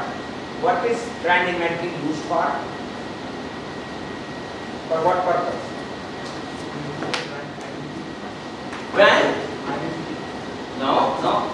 Why do we prepare the brand inventory? And the other thing that we do is brand exploratory. These 2 are combined. Good girl. When we conduct the brand audit, correct? So that inventory which I told you, that has to be, portfolio means organizing it in a proper way. This is where, madam, what we were talking about, the length, width, depth, that picture is called brand portfolio. That's a product portfolio, this is a brand portfolio. So what you have to do is, all the brands that you have in your company, you need to arrange them in the basket form. Okay? In some sense, if you see this one, this is a brand portfolio for Apple when there was Model A. Up to that, that's the time I prepared this and I didn't modify it. So when there was Model A, at that time this was their brand portfolio. This is all the brands that they have at that time. And how they are arranged? They are arranged by the family, correct? And they are also arranged in the hierarchy. So, I use this to explain hierarchy, but actually this is a brand portfolio. So, organizing that portfolio in a hierarchical manner, all the brands in a hierarchical manner, in one picture, that's called brand portfolio. But there is one difference between brand portfolio and the brand hierarchy picture. What is the difference? The brand hierarchy will only have the names, the brand name. But the portfolio is supposed to have all the elements associated with it. Pictures, logo, so it starts with name, picture, logo, symbol, whatever, jingle, whatever they are using. So, because brand inventory was about that. For each brand, each SKU, you remember I talked about SKU? For each SKU, you are accounting for in the inventory, and if you have used different packaging, different Insta handle, different jingle, for selling sachet versus selling bottle, you might have used different jingle, right? Suna ne? 5 rupees ka chota beam. Have you heard about it? 5 Pandav, 5 something like that. There was an ad long ago, and then it says thumbs up for 5 rupees. That was the communication. To communicate that, they were using that. So that was the jingle for a smaller size of thumbs up bottle, glass bottle. So the portfolio will be looking something like this, but it will have all the brand elements and all the SKUs. So you may not be able to put all of them in one picture. Understand? You may create multiple slides. So you first create the hierarchy, and then you talk about the portfolio for each of those SKUs, and you say that because it's too large for my company, for some companies it may be small, for some companies it may be large. So I'm going to prepare and explain the portfolio in different slides. Is that clear? So that's your about brand portfolio. And where the most important part of brand portfolio is, why do we make the brand portfolio? To manage, as a brand manager, we have to continuously manage our brand portfolio. This management requires certain steps. First of all, we have to understand why do we have so many brands? What are they doing? Any good business, I'm sure everybody knows here about BCG matrix. Boston Consulting Group created a matrix that is called Product Portfolio Matrix or BCG matrix. The brand of the fan company wanted to create unique position in the minds of the customer. So it was a funny advertisement, and somebody goes to buy the fan and they are asking fan. The other fellow says buy PSPO fan, and then he asks what is PSPO? Then they make mockery of him and say, "Ye PSPO nahi aata." PSPO is a technology used in every fan. Okay, but Orient used that as a feature to create a perception that Orient is the only one that has got PSPO. So it's something peak spinning, peak output, something like that. So basically it's a physics term that is shortened into PSPO, and that physics is used for running all the fans. Okay, So similarly, BCG matrix is a concept you have heard, right? Because you are doing MBA. So if you said I have not heard doing MBA in NIT, I will have to commit suicide. So thank God you said you are. So BCG matrix is a 2x2 matrix based on market potential of a product and its position in the market, in performance in the market. Two parameters. A product is performing certain way and the market for that performance is in certain way, and based on that we have four possibilities, and these four possibilities are called, this is called star. My design is very poor, I am trying to make a star. Does it look like a star? Okay, thank you. And then there is question mark. Okay, there is a question mark. Then there is dogs. So they are called dogs. And then there is, I think the question mark is here, not there. Right? The question mark is here, ma'am? Yes. And what do we call this one? Cash cows. Cash cow. Cow भी नहीं बनाना था मुझे, but it's called cash cow. So basically what we are saying is, this is market growing, market potential is high for these, and market performance you are doing extremely well. Your performance is high as compared to your competition. This is low performance, and this side is market is saturated or market is declined, no more growth, no more growth. So if you have a product, here it is called star. In the place of question mark, there is a cash cow, sir. Yeah, but what I said here, it depends how you put it. So I am saying that this is market dimension. Okay? So here the market is, in this case the market for this side is growth market. Okay? Growing market. This side is market saturated or declining. Now you understand why they are there?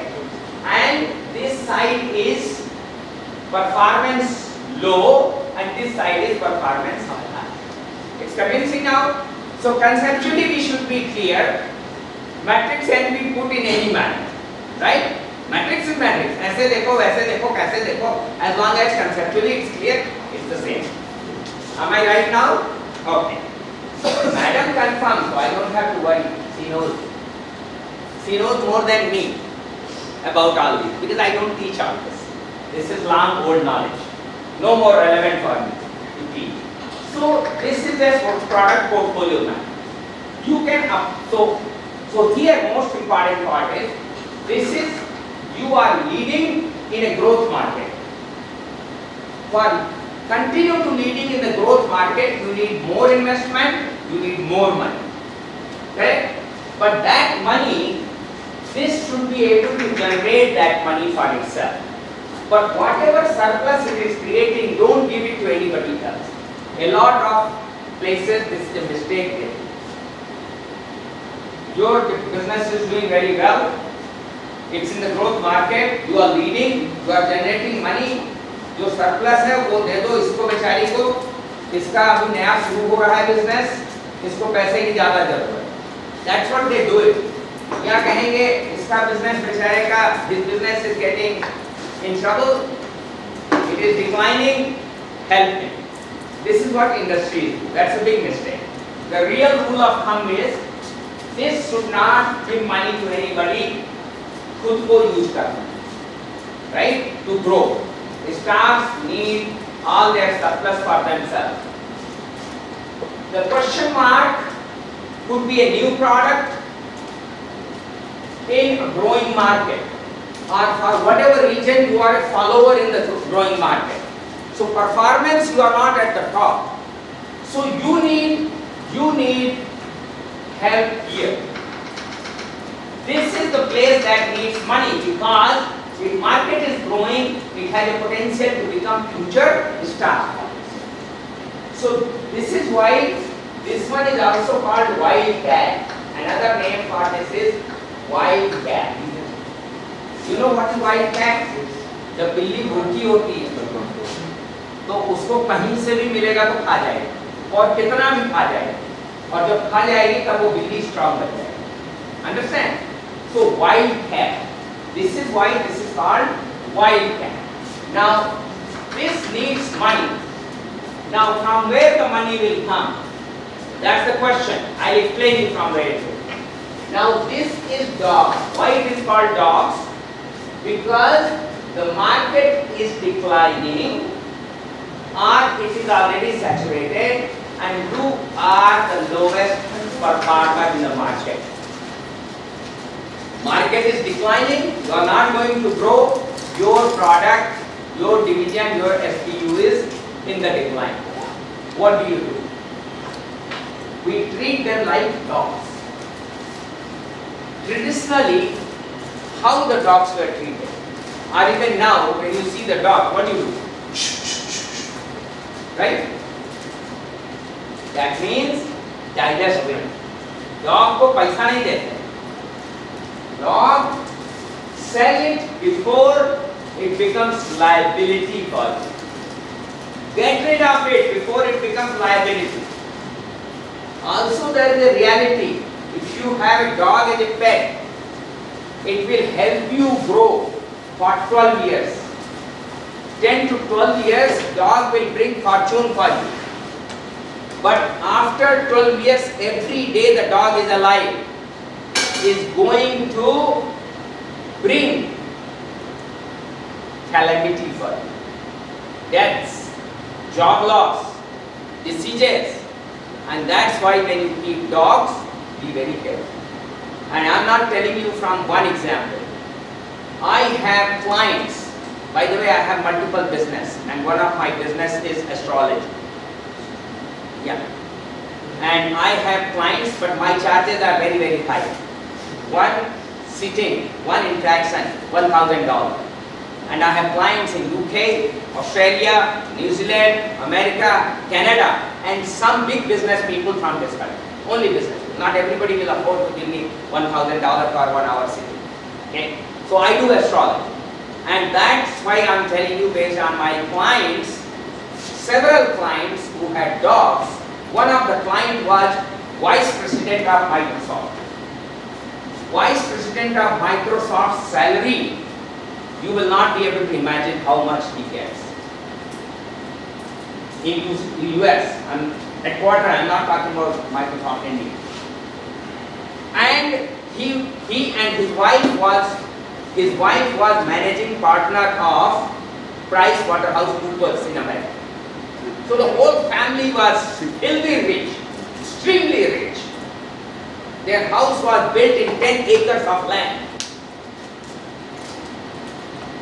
2 of them, one son, 5 cars, one big dog, black dog. For first 10-12 years they achieved all this. The moment dog turned 12, wife lost the job.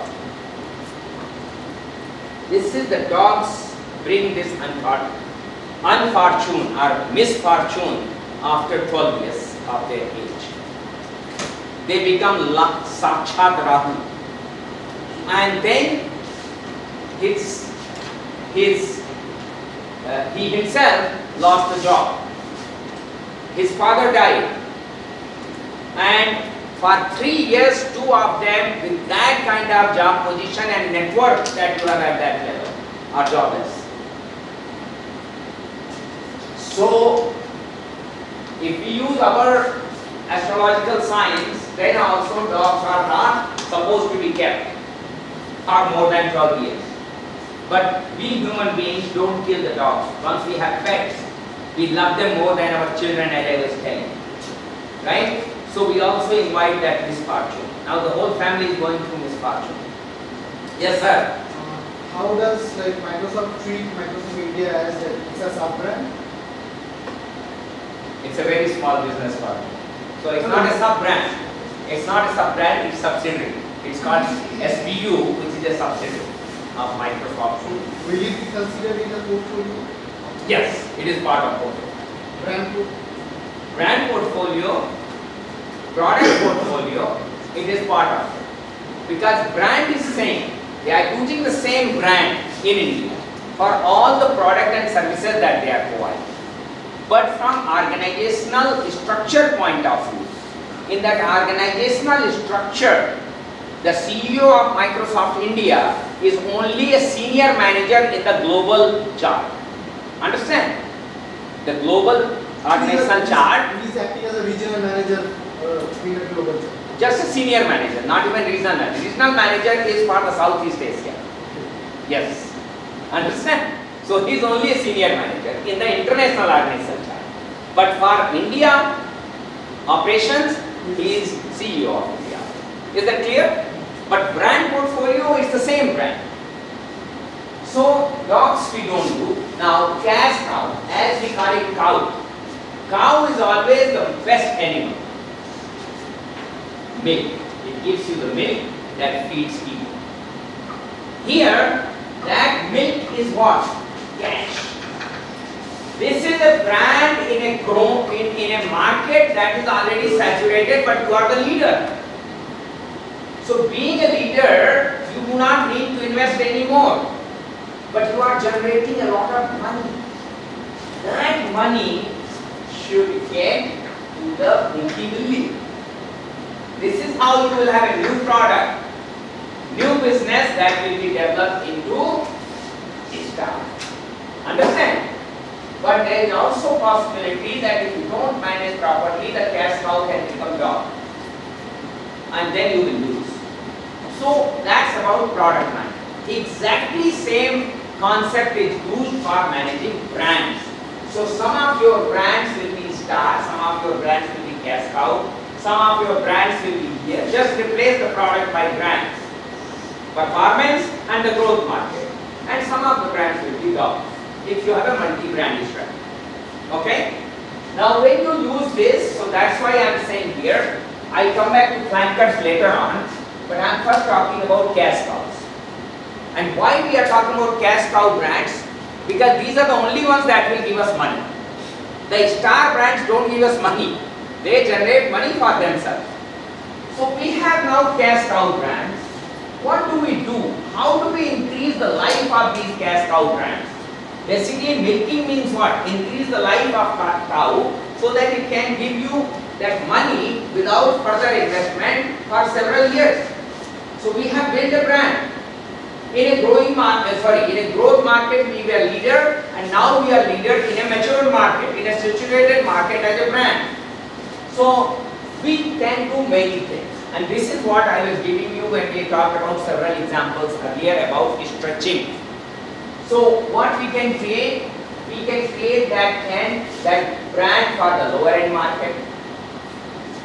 We can create that brand for the higher end market, depending on what kind of brand we have. That way we can create a new life for the brand. Correct? And invest money in that segment to become the star. That's one way for the brand, not the product. But the brands can always be, even cash cows can be used wisely and extended to become star. Maybe via this route or directly. So this is called stretching. Stretching your brand either on the lower end by bringing economy segment or on the higher end. Armani, Emporio Armani, EA7 and Armani Exchange. Correct? That was downward stretching. Understand the example? So these are two ways. The third thing you can do is, you are very respected brand, people aspire, ambitious about your brand, they want to have the brand but they can't afford. And in that segment competition is so tough, market is saturated, you may have trouble. So what you do is, you come up with an entry level brand. You were not there, but people were aspiring, now they find it to be affordable for them, an entry level brand. So maybe that market, before it becomes dead and becomes a question mark, you get into this. The other possibility is, that, sorry, yes, you create a prestige brand. You are not a prestige brand, but you create a prestige brand. Creating prestige brand, there has been some success. For example, Honda and Toyota. Both of them came with the prestige brand, high-end stretching. That was that Toyota car, the higher end is called Lexus. Have you heard Lexus? So Lexus and Honda higher end is called, prestige brand is called Acura. So they did it, but to ensure that people do not consider it, do not associate it with the economy car segment, because both Honda and Toyota are known for producing value for money. Value for money is, who is value for money? It is the economic segment, correct? So they didn't want people to get that association, so they changed the name, they changed the dealership, they changed the logo. But both of them, Lexus is from Toyota and Acura is from Honda. So this is one strategy for success. So you need to take care here. Entry level, a lot of them have been successful. There used to be a Parker pen. Have you heard about Parker pen? When there was a time of fountain pen, fountain ink pen. Do you know that? We have to put the ink and then write like that. फिल्मों में देख सकते हैं, right? You have it? Okay. Now I don't see it in the market. That fountain pen time, Parker was leading the world. It was the most prestigious brand of the ink pen. And then the ink pen market was, they had cash cow and that was suddenly into the top. So what they did was, they modified, they also came up with the ballpoint pen, the liquid ink, and they called it Parker and brought the prices very low. So they created it as an entry level brand. To indicate that prestige in India, they brought Amitabh Bachchan as a celebrity endorser. Right? Everything was mismatched. Amitabh Bachchan is old. You are making entry level brand for the young people. How will they relate? You understand? You are bringing the pen for entry level youngsters and you are bringing Amitabh Bachchan to be using Parker.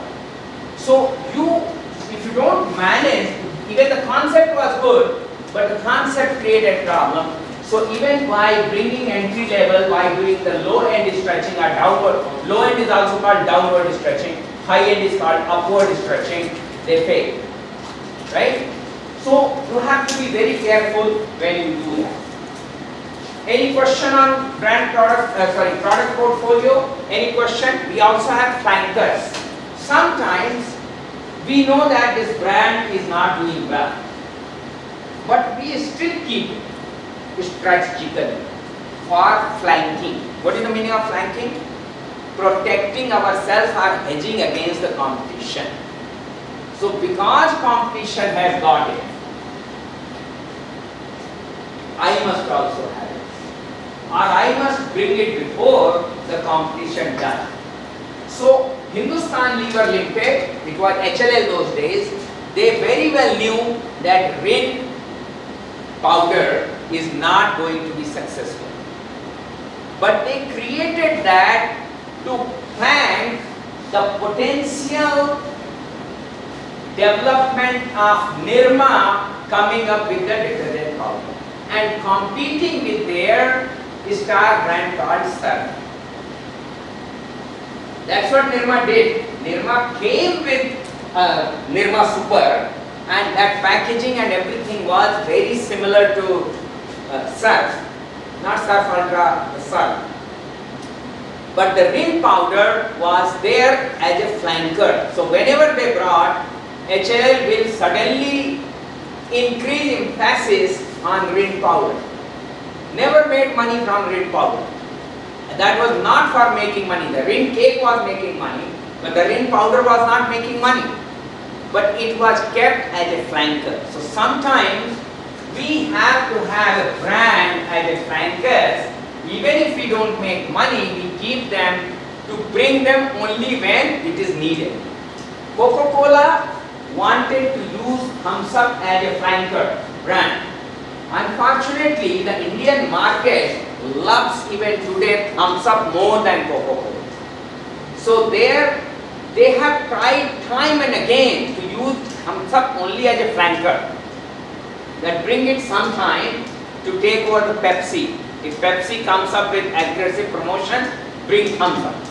But as I said, the market says no, that's your prime brand for India. The Thums Up is a prime brand for them in India. So sometimes you will have the flankers brands, as I said, not making money, but you still keep them, there is no choice for it. Any question? Anyone? Then the last slide is on here. This is corporate branding. Corporate branding itself is a process. Several years ago, no Indian brand focused on corporate branding.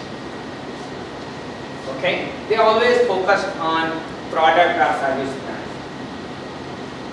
But then, when Indian companies, there were a lot of economic reforms in this country.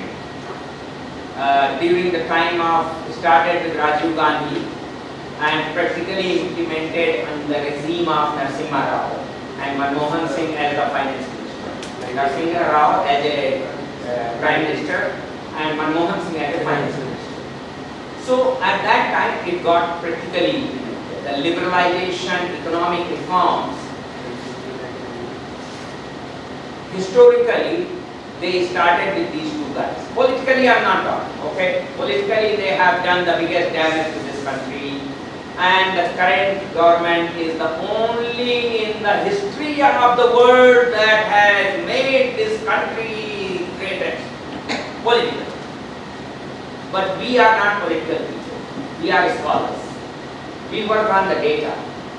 We work on the background, and we try to work on the objective way. So from that perspective, all these reforms started way back by Rajiv Gandhi.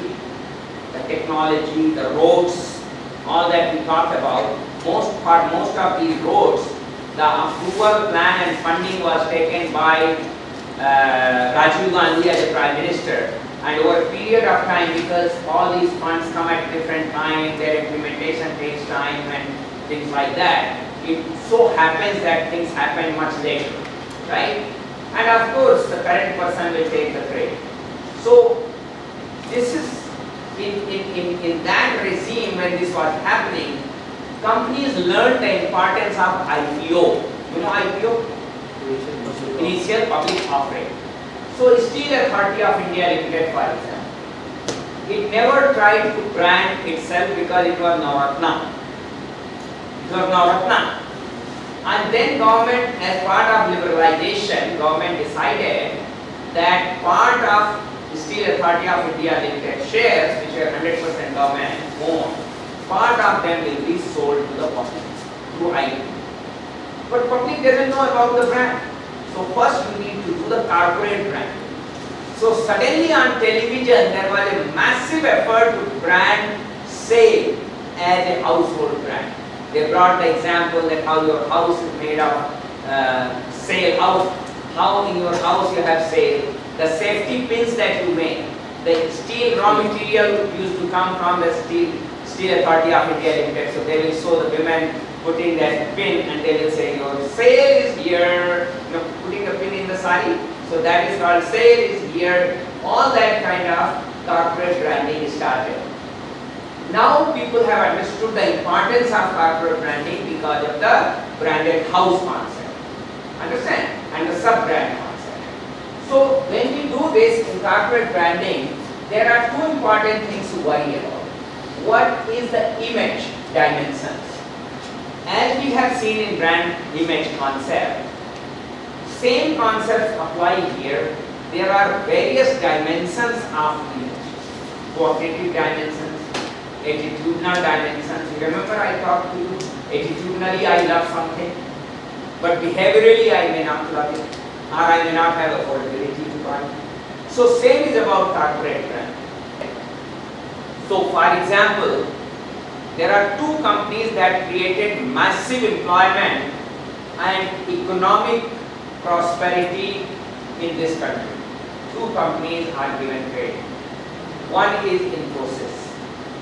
Infosys created employment opportunities for those who were considered unemployed. Can you imagine somebody with MA in history, joins Infosys, becomes the coder and becomes vice president, technical. Can you imagine this? Infosys made this happen. BITS Pilani also had MA in history, MA in English, like this. Some of my friends who were doing those MA, today they are in very senior position in Infosys. Very, very senior position. And they were not doing coding without knowing a single coding. This is one thing that Infosys did. And created employment for unemployed, unemployable people. So the brand image, imagine, in the family, imagine, I never thought my son is doing MA English will ever get a job. ज़्यादा से ज़्यादा mastery का job पाएगा, किसी school में बेचारा English पढ़ाएगा, थोड़ा सा पैसा पाएगा, right? From that to that kind of wealth. It was such a great thing. The branding was very positive in consumers' mind. In the employee's mind and the employee's family's mind. So society has a very nice branding for Infosys. Correct? Reliance brought IPO. And Reliance brought big IPO. Everybody can become a shareholder. Do you know that millions of Indians have the shares of Reliance? And you get the dividend on the share. The whole concept of stock market investing was created by Reliance. So on one hand, the vendors hate them. On the other hand, the public loves them. So when we talk about corporate image dimensions, we have to think about various dimensions, that which dimension we are able to do well. The second aspect that we have to talk about is managing the corporate brand. How do we manage this corporate brand? What do we do for corporate brand? And there are a lot of things. I just gave you the example for corporate branding from sale, by telling people that, listen, you don't know about me, but actually I am not about just the Navratna, which is only known in the elite sector. I am in everyone's house. And that time they do Doordarshan, because many people didn't have subscription for these channels. But Doordarshan was a free channel, right? Doordarshan was free channel. So they used that for advertising and building the brand. So you saw that example. Reliance did for managing and creating brand on a different ground by creating wealth for public. Making public investors, the whole concept of investment in stock and share was created by them. Infosys created the concept that whatever you study, try to learn coding, you will have job, you will have employability and a decent job. Unlike Wipro, their salaries were better, their working conditions were better. So TCS existed, but they created a different kind of corporate branding for themselves. So these are the two things that we have to worry, and managing means it's a job which is continuous. It's not one time. Today, Reliance has a brand image in consumers' mind and vendors' mind differently. Tomorrow, vendors may have positive mindset and consumers may have negative mindset. Correct? Is this clear? Bombay Dyeing is also owned by Reliance, you know that, right? And the cotton material from Bombay Dyeing, especially the bed sheets, are the premium quality in this country. Premium quality bed sheets are marketed by Bombay Dyeing, which is owned by Reliance. They don't use the word Reliance there. And it's a bit expensive, but it lasts longer, and its shine, its smoothness. Cotton bed sheets I am talking about. The smoothness is like silk. and it remains for decades. It never gets spoiled. I used to use Bombay Dyeing bed sheets long ago, and when I was at IIT, and imagine the bed sheet that I bought in 1998 in Mumbai. It is still being used by my PhD student with same color, with same signing, same smoothness, even today by one of my PhD students. She's not PhD student, she's a full professor now. She was my PhD student.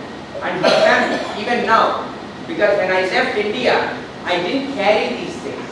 I gave all my household items to one of my very good friends who was colleague at IIT. I told him first, you're right, he's now dean in a big private university after retirement. So I said, please select whatever you want to select. So first you take. After he took the items, then I called my PhD student and I said, now everything else belongs to you. And she started giving me payment. Even this professor wanted to give me money, because everything was new and high-end brands. I always believed in the high quality. Okay, I said life is for living. Saving is fine. I can earn money and save it, but I must give the best life to my family, my children, myself.